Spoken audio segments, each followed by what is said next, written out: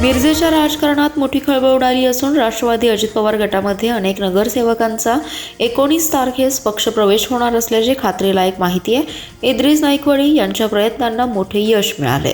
19 डिसेंबर रोजी उपमुख्यमंत्री अजित पवार हे उपस्थित राहणार आहेत. त्यासाठी जोरदार तयारी सुरू झाली आहे. 2 महापौरांसह 15 नगरसेवक हे राष्ट्रवादीमध्ये प्रवेश करणार आहेत. यामुळे मिरजेच्या राजकारणात खळबळ उडाली आहे. आमदार इद्रिस नाईकवाडी यांनी याबाबत दुजोरा दिलाय. मिरजेच्या राजकारणातील ज्येष्ठ नगरसेवक व माजी महापौर किशोर जामदार, माजी उपमहापौर आनंदा देवमाने, मैनुद्दीन बागवान, करण जामदार, चंद्रकांत हुलवान, जमील बागवान, नरगिस सय्यद, तन्वीर बागवान यांच्यासह आणखी काही माजी नगरसेवक आणि इच्छुकांची मोठी गर्दी आहे. राष्ट्रवादीच्या या राजकारणामुळे राष्ट्रवादीचा मित्रपक्ष असलेला भाजपामध्ये हालचाली वेगवान झाल्या आहेत. इद्रिस नाईकवाडी यांनी या अगोदरच सांगली, मिरज आणि कुपवाड महापालिकेवर राष्ट्रवादीचा झेंडा फडकेल असं सांगितलं होतं. त्याच पद्धतीने आमदार इद्रिस नाईकवाडी यांची राजकीय खेळी असून पक्षाची सत्ता महापालिकेवर आणण्यासाठी इद्रिस नाईकवाडी यांनी जोरदार तयारी सुरू केली आहे. उपमुख्यमंत्री 19 रोजी मिरजेत येणार असून पक्षप्रवेश होणार आहे. महापालिका ही आमदार इद्रिस नाईकवाडी यांच्या नेतृत्वातच लढली जाणार असल्याचे उपमुख्यमंत्री अजित पवार यांनी सांगितले. नगरसेवकांशी उपमुख्यमंत्री अजित पवार यांनी संवाद साधला असून लवकरच सर्व गोष्टी स्पष्ट होतील आणि राष्ट्रवादीची सत्ता महापालिकेवर आणणार असा चंग बांधलाय. अचानक घडत असलेल्या राजकीय घडामोडीमुळे भाजप, जनसुराज्य शक्ती पक्ष, काँग्रेस, शिवसेना या पक्षालाही धक्का बसला असून राष्ट्रवादीने राजकीय खेळी आणि नगरसेवकांचा मिरज पॅटर्न यावेळी सरस ठरत आहे. काँग्रेसच्या शहर जिल्हाध्यक्ष पदाच्या निवडीवरून पक्षात सुरू असलेल्या वादात आता राष्ट्रवादी काँग्रेस शरद पवार पक्षाचे नेते आमदार जयंत पाटील यांनी एंट्री केली आहे. मंगळवारी जयंत पाटील यांनी माजी नगरसेवक मंगेश चव्हाण यांना भेटीसाठी बोलावले होते. दोघांमध्ये 1 तास चर्चा देखील झाली. या भेटीमध्ये मंगेश चव्हाण यांची नाराजी दूर करण्याचा प्रयत्न झाला की मंगेश चव्हाण यांना पक्षप्रवेशाची ऑफर देण्यात आली. याबाबत चर्चा रंगली आहे. महापालिकेच्या निवडणुकीची आचारसंहिता जाहीर झाली आहे. पुढच्या आठवड्यात अर्ज भरण्याची प्रक्रिया सुरू होणार आहे. त्यामुळे राजकीय पक्षांच्या हालचाली गतिमान झाल्या आहेत. महापालिकेच्या निवडणुकीसाठी काँग्रेस व राष्ट्रवादी काँग्रेस शरद पवार पक्षाने महाविकास आघाडी करण्याची घोषणा केली आहे. त्यामुळे आघाडीच्या दृष्टीने पावले गतिमान होत आहेत. पण सध्या काँग्रेसमध्ये शहर जिल्हाध्यक्ष पदावरून वाद सुरू आहे. या पदासाठी माजी नगरसेवक मंगेश चव्हाण व राजेश नाईक इच्छुक आहेत. पण चव्हाण यांना डावलून राजेश नाईक यांची निवड करण्याबाबतचं पत्र दिलं असल्याची चर्चा आहे. त्यामुळे नाराज असलेले मंगेश चव्हाण अपक्ष पॅनल करण्याच्या तयारीत आहेत. या पार्श्वभूमीवर आमदार जयंत पाटील यांनी मंगळवारी मंगेश चव्हाण यांची भेट घेतली. 1 तास चर्चा देखील झाली. यावेळी राष्ट्रवादी काँग्रेसचे शहर जिल्हाध्यक्ष संजय बजाज देखील उपस्थित होते. महापालिकेच्या निवडणुकीसाठी भाजप, काँग्रेसमधील अनेक माजी नगरसेवकांवर आमदार जयंत पाटील यांनी गळ टाकलाय. त्या दृष्टीने चर्चा देखील सुरू आहे. भाजपकडून उमेदवारी मागितलेले अनेक इच्छुक आमदार जयंत पाटील यांच्या संपर्कात असल्याचं बोललं जातंय. भाजप उमेदवारांची यादी जाहीर झाल्यानंतर अनेक नाराज त्यांच्या गळाला लागण्याची शक्यता देखील आहे. महापालिकेच्या निवडणुकीची आचारसंहिता लागू झाली आहे. त्यामुळे आचारसंहितेचे उल्लंघन केल्यास कठोर कारवाई केली जाईल. यासाठी कार्यालय नेमले असून पथकांची स्थापना देखील केली असल्याची माहिती आयुक्त सत्यम गांधी यांनी दिली आहे. तसेच उमेदवारांना ऑफलाईन अर्ज भरण्याची मुभा असून ना हरकत प्रमाणपत्रासाठी 1 खिडकी योजना, उमेदवारांच्या खर्च मर्यादेवर लक्ष ठेवण्यासाठी स्वतंत्र यंत्रणा देखील केली असल्याचे आयुक्तांनी सांगितले. निवडणुकीच्या तयारीबाबत आयुक्त सत्यम गांधी यांनी माहिती दिली आहे. यावेळी अतिरिक्त आयुक्त राहुल रोकडे, उपायुक्त स्मृती पाटील, अश्विनी पाटील उपस्थित होत्या. सत्यम गांधी म्हणाले, निवडणुकीची अधिसूचना 18 डिसेंबरला जारी केली जाणार आहे. त्यानंतर 23 डिसेंबरपासून प्रत्यक्षात अर्ज दाखल करण्यास सुरुवात होईल. उमेदवारांना ऑफलाईन अर्ज भरता येणार आहेत. विभागीय आयुक्तांच्या आदेशाने सहाय्यक निवडणूक अधिकाऱ्यांच्या नियुक्त्या झाल्या आहेत. उपजिल्हाधिकारी विजया यादव यांची प्रभाग क्रमांक 1, 2 आणि 8 या 3 प्रभागांसाठी नियुक्ती करण्यात आली आहे. या 3 प्रभागाचं कामकाज कुपवाड विभागीय कार्यालयात होणार आहे.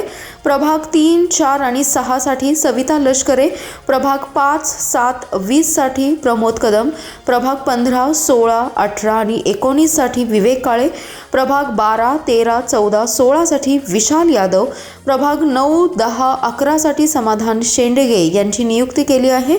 निवडणुकीसाठी जवळपास 545 ते 560 मतदान केंद्रे असतील. अंतिम मतदार यादी विक्रीसाठी अभिलेख विभागात ठेवण्यात आली आहे. निवडणूक निर्णय अधिकाऱ्यांच्या कार्यालयेही उपलब्ध करून देण्यात आली आहेत। मतदानासाठी स्वतंत्र नोडल अधिकाऱ्यांची नियुक्ती केली आहे। महापालिकेच्या निवडणुकीसाठी लवकरच EVM यंत्रे मिळणार आहेत। त्यानंतर राजकीय पक्षांच्या प्रतिनिधींसमोर सादरीकरण करून मशीन सील केल्या जातील। मतदान झाल्यानंतर देखील मिरज येथील शासकीय गोदामातच मशीन ठेवल्या जाणार आहेत। मतमोजणी देखील याच ठिकाणावर होणार आहे। सर्व ठिकाणी CCTV कॅमेरे लावले जाणार असल्याचे आयुक्त सत्यम गांधी यांनी सांगितले। जिल्हा मध्यवर्ती सहकारी बँकांमधील नोकर भरती प्रक्रियेबाबत निर्माण झालेल्या वादाच्या पार्श्वभूमीवर राज्य शासनाने सखोल चौकशीसाठी स्वतंत्र समिती नियुक्त केली आहे। नोकर भरती करणारी एजन्सी, तक्रारदार आणि संबंधित जिल्हा बँकांना आपली बाजू समितीसमोर मांडता येणार आहे। याबाबत सहकार विभागाच्या अवर सचिव मंजुषा साळवी यांनी आदेश काढलेत। जिल्हा मध्यवर्ती सहकारी बँकातील नोकर भरती संदर्भात शासनाने दिनांक 31 ऑक्टोबर 2025 रोजी शासन निर्णय काढला होता। मात्र या शासन निर्णयाविरोधात Maharashtra institute of hardware software technology या संस्थेने उच्च न्यायालय खंडपीठ नागपूर येथे रिट याचिका दाखल केली होती। या याचिकेवर सुनावणी करताना उच्च न्यायालयाने 14 नोव्हेंबर 2025 रोजी 31 ऑक्टोबर 2025 चा शासन निर्णय रद्द केला आणि याचिकाकर्ता एजन्सी तसेच अन्य हितसंबंधितांची 24 नोव्हेंबर 2025 रोजी प्रधान सचिव यांच्यासमोर सुनावणी घेण्याचे आदेश दिले। न्यायालयाच्या आदेशानुसार प्रधान सचिव यांच्यासमोर 4 सुनावण्या घेण्यात आल्या। या सुनावणी दरम्यान तक्रारदार अनिल मांगुळकर यांनी विविध कागदपत्रे सादर केली। तसेच सहकार आयुक्त आणि निबंधक सहकारी संस्था पुणे यांच्या कार्यालयाकडे विविध जिल्हा बँकांमधील नोकर भरतीबाबत प्राप्त झालेल्या तक्रारींचा विचार करता या तक्रारींची सखोल चौकशी करणं आवश्यक असल्याचे शासनाच्या निदर्शनास आले। नैसर्गिक न्यायाच्या तत्वानुसार नोकर भरती करणारी एजन्सी, तक्रारदार आणि संबंधित जिल्हा मध्यवर्ती सहकारी बँक यांनी आपली बाजू मांडण्याची संधी देण्यासाठी स्वतंत्र चौकशी समिती स्थापन करण्याचा निर्णय घेण्यात आलाय। या समितीमध्ये सहकार आयुक्त आणि निबंधक सहकारी संस्था पुणे अध्यक्ष असतील। कोकण, कोल्हापूर, नाशिक, अमरावती आणि लातूर येथील विभागीय सहनिबंधक सदस्य म्हणून तर ठाणे, रत्नागिरी, सांगली, अहिल्यानगर, नांदेड आणि यवतमाळ येथील जिल्हा उपनिबंधक सदस्य म्हणून काम पाहतील। तक्रार घेण्यास पोलीस टाळाटाळ करत असल्याचा संताप व्यक्त करत बहे येथील कुटुंबियांनी ईश्वरपूर पोलीस ठाण्याच्या आवारातच अंगावर डिझेल ओतून आत्मदहन करण्याचा प्रयत्न केलाय। पोलिसांनी प्रसंगावधान राखून त्यांना रोखलं। दरम्यान आपापसात चर्चा करून तक्रार नसल्याचं सांगत मागे गेलेल्या कुटुंबियांनी पोलिसांवर दबाव आणून तक्रार देण्याचा प्रयत्न केला। दरम्यान देवकुळे यांच्या विरोधात अदखलपात्र गुन्हा दाखल केलाय। मंगळवारी सकाळी बहे ग्रामपंचायतीत घरपट्टी पाणीपट्टी भरण्यासाठी देवकुळे कुटुंबातील सदस्य गेले असता त्या ठिकाणी त्यांच्यात काही कारणावरून वाद झाला। देवकुळे कुटुंबीय हे ईश्वरपूर पोलीस ठाण्यात तक्रार देण्यासाठी आले असता तक्रार घेण्यास पोलीस टाळाटाळ करत असल्याचे त्यांना जाणवलं। याबाबतचा संताप व्यक्त करत त्यांनी अंगावर डिझेल ओतून आत्मदहन करण्याचा प्रयत्न केला। पोलिसांनी प्रसंगावधान राखत त्यांना रोखलं। दरम्यान याबाबत पोलिसांशी संपर्क साधला असता त्यांनी सांगितले की दुपारी 4:30च्या सुमारास देवकुळे यांची ज्यांच्याबद्दल तक्रार होती ते सरपंच संतोष भगवान दमामे आणि आनंदराव पवार यांच्यात चर्चा झाली। त्यांनी परस्पर भांडण मिटवलं आणि आमची काही तक्रार नाही असं सांगत देवकुळे कुटुंबीय माघारी गेले होते। नंतर त्यांनी पोलीस ठाण्यात येऊन अंगावर डिझेलच्या बाटल्या भरून आणलेल्या त्या ओतून घेण्याचा प्रयत्न केला आणि आत्मदहनाचा प्रयत्न केला। पोलिसात दिलेल्या तक्रारीवरून रामचंद्र कृष्णा देवकुळे, कृष्णा बळी देवकुळे आणि अंजना कृष्णा देवकुळे या तिघांच्या विरोधात गुन्हा दाखल झालाय। 1 जानेवारी 1818 या सुवर्ण दिवसाला 1 जानेवारी रोजी 208 वर्ष पूर्ण होतात। या दिवसाचं औचित्य साधून वीर सेनापती यांच्या पराक्रमाने खर्डाची, पानिपतची आणि भीमा कोरेगावची लढाई या ऐतिहासिक लढाया लढणारे एकमेव सेनापती वीर सिद्धनाथ हे होते। 28,000 पेशवाईच्या सैनिकांविरुद्ध लढाई लढून त्यांनी शौर्य गाजवलं, तेही फक्त 500 सैनिकांना घेऊन। त्यांचे भीमा कोरेगाव येथे इंग्रज सरकारने स्मारक उभा केले। या निमित्ताने वीर सिद्धनाथ यांच्या मूळ गावी मिरज तालुक्यातील कळंबी येथे वीर सिद्धनाथ यांच्या नावाने शौर्य परिषदेचं आयोजन केले। भीमा कोरेगाव शौर्य दिन सोहळा 30 डिसेंबर रोजी दरवर्षी कार्यक्रमाद्वारे साजरा केला जातो। यंदाच्या वर्षी 208वा भीमा कोरेगाव शौर्य दिन सोहळा वीर सिद्धनाथ शौर्य परिषदेच्या वतीने साजरा केला जाणार आहे। या परिषदेच्या अध्यक्षपदी डॉक्टर प्रमोद दीप यांची निवड करण्यात आली आहे.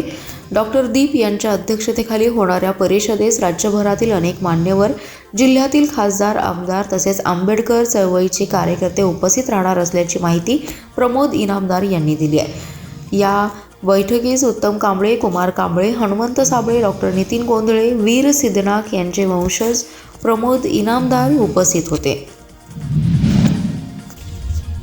मुख्यमंत्री देवेंद्र फडणवीस हे काल सांगली दौऱ्यावर आले होते. यावेळी काही आंदोलकांनी त्यांच्यासमोर फलक घेऊन निषेध व्यक्त केले. तसेच कार्यक्रमस्थळीही काहींनी निवेदन दिले. यांसह सुरक्षा यंत्रणा भेदून अनेकांनी प्रवेश केला. याबाबत पोलीस प्रशासनाला धारेवर धरण्यात आले. आज सकाळपासून बैठकांचं सत्र सुरू होतं. यातील दोषींवर कारवाई होणार असल्याचे संकेत मिळत आहेत. गेल्या काही दिवसांपासून भयमुक्त, नशामुक्त अभियान सुरू आहे. त्यातील पदाधिकाऱ्यांनी मुख्यमंत्र्यांना निवेदन देण्याची वेळ मागितली होती. मात्र सुरक्षेचे कारण पुढे करत त्यांना ही भेट नाकारण्यात आली. कार्यक्रमापूर्वी निमंत्रक तानाजी सावंत, सतीश साखळकर, शंभूराज काटकर यांच्यासह पदाधिकाऱ्यांना स्थानबद्ध करण्यात आलं होतं. दुपारी मुख्यमंत्र्यांचं हेलिकॉप्टर कौलापूर विमानतळावर दाखल झालं. त्यानंतर ताफा माधवनगर रस्तामार्गे कार्यक्रमस्थळी निघाला. यावेळी संजय नगर हद्दीत काही आंदोलकांनी फलक हाती घेत जोरदार घोषणाबाजी केली. त्याचे व्हिडिओही व्हायरल झाले. त्यानंतर कार्यक्रमस्थळी सुरक्षा यंत्रणा भेदून अनेक जण गर्दी करताना दिसून आलेत. मुख्यमंत्री सुरक्षा यंत्रणेला आव्हान देणारे कृत्य अनेक कॅमेऱ्यात टिपले. काहींनी खुद्द पोलीस अधीक्षकांसमोरच निवेदन दिलं आणि काही मुख्यमंत्र्यांनी ते स्वीकारलं. अत्यंत महत्त्वाचा दौरा होणारा हा हलगर्जीपणा आता चव्हाट्यावर आलाय. पोलीस प्रशासन धारेवर धरले असून सकाळपासूनच बैठकांचं सत्र सुरू आहे. वरिष्ठ कार्यालयाकडून अहवाल मागवल्याचंही समजलं जाते. सांगली हमाल पंचायत, तोलाईदार सभा, सर्व सामाजिक संघटना व सर्व राजकीय पक्षांच्या वतीने कष्टकऱ्यांचे नेते बाबा आढाव यांना आदरांजली वाहण्यात आली. हमाल, कष्टकरी, अंगमेहनती कामगार, महिला यांनी बाबा आढावांचं कार्य पुढे नेण्याचा निर्धार व्यक्त करत त्यांना श्रद्धांजली वाहिली आहे. मार्केट यार्ड येथील वारणा सांस्कृतिक भवन येथे ही श्रद्धांजली कार्यक्रम आयोजित करण्यात आला होता. यावेळी माजी खासदार संजय पाटील, माजी दिनकर पाटील, माजी राज्य हमाल माथाडी महामंडळाचे उपाध्यक्ष राजकुमार घायाळ, भाजपा किसान सभेचे प्रदेश उपाध्यक्ष पृथ्वीराज पवार, हर्षवर्धन प्रतीक पाटील, ज्येष्ठ साहित्यिक बाबूराव गुरव, विद्रोही सांस्कृतिक चळवळीचे धनाजी गुरव, सांगली हमाल पंचायतचे विकास मगदूम, शेतकरी कामगार पक्षाचे अजित सूर्यवंशी, आयटकचे रमेश सहस्त्रबुद्धे, सेवा दलाचे सदाशिव मगदूम, जनता दल सेक्युलरचे जयपाल चौगुले यांनी आदरांजली वाहिली आहे. संजय काका पाटील म्हणाले, डॉक्टर बाबा आढाव यांच्या निधनामुळे राज्यातील कष्टकऱ्यांसाठी संघर्ष करणारा नेता हरपलाय. त्यामुळे सामाजिक चळवळींमध्ये मोठी पोकळी निर्माण झाली आहे. बाबूराव गुरव म्हणाले, एक गाव एक पानवट हा चळवळ प्रभावीपणे राबवली. नेहमी दुर्लक्षित घटकांसाठी ते संघर्ष करत राहिले. पृथ्वीराज पवार म्हणाले, बाबांनी हमाल पंचायतीच्या माध्यमातून कष्टकरी चळवळ व्यापकपणे उभारली. धनाजी गुरव म्हणाले, बाबा आढाव यांनी शाहू फुले आंबेडकर चळवळींना बळकटी दिली. सामाजिक परिवर्तनात त्यांचं मोलाचं योगदान असल्याचंही त्यांनी सांगितलं.